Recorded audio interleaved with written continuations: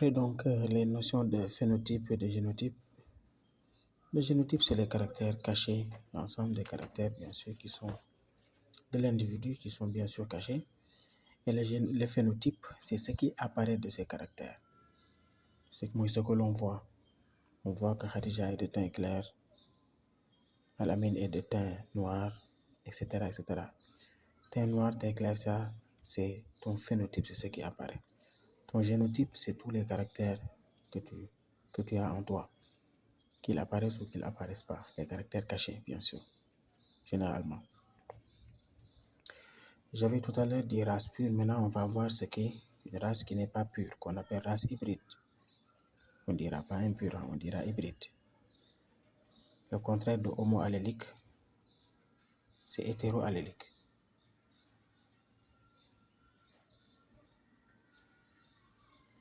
Hétéro-allélique. Le contraire de homozygote, c'est hétérozygote.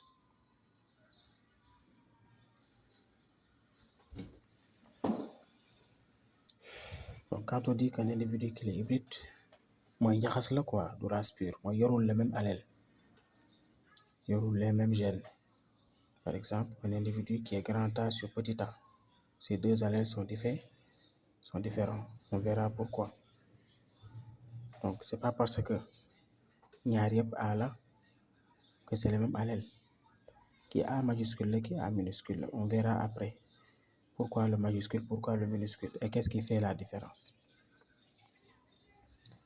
Un individu grand B sur petit b, il est hybride.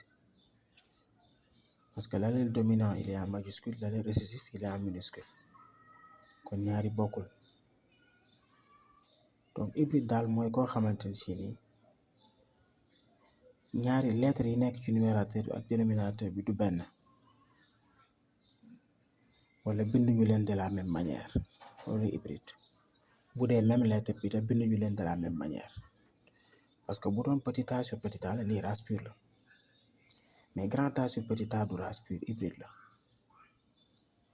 Certes, c'est la même lettre A.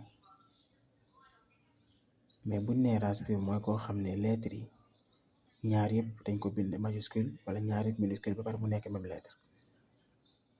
Mais bu dee benn majuscule benn minuscule la hybride lay tudd. su amoon par exemple Z sur Y, Z sur Y hybride la. mooy allèle bi nekk ci kaw ak bi nekk ci suuf bokkul. bu dee même épellation bi la kon li koy def hybride mooy lettres yi ni ñu leen bindee du bokk ki majuscule lay nekk ki minuscule. Après on va voir la notion de croisement. Croisement génétique di nga dégg lu bari ñu ne on croise un individu A avec un individu B par exemple. Croisement au moins on fait la fécondation de deux individus. On croise moins on fait la fécondation de deux individus. Si on les croise, on a une descendance, c'est-à-dire c'est les enfants. La F1, c'est la première génération d'enfants. C'est bon? Si on croise un individu, par exemple A, le symbole du croisement, c'est comme ça, c'est X, avec des flèches bien indiquées. Croise un individu A avec un individu B, on obtient par exemple des individus C à la première génération qu'on appelle F1. La deuxième génération, on l'appelle F2. La troisième génération, on l'appelle F3. Maintenant, lan mooy joxe F1 loolu tam dafa am solo pour mu bañ la sonal ci exercice yi. F1 mooy on a croisé les premiers individus parents là, les individus parents. Quand on les croise ñi njëkk a jur mooy waa première génération mooy taaw yi. Lan mooy F2 pour nga am F2 foog nga croiser waa F1 entre eux, F1 croisé entre F1. maanaam nga jël les mâles de la F1 croiser leen avec les femelles de la F1. loolu lii moo lay jox loolu moo lay jox la F2. boo bëgg am F3 nooy def da ngay croiser mâle et femelle de la F2. loolu moo lay jox la F3. Est-ce que yaa ngi comprendre?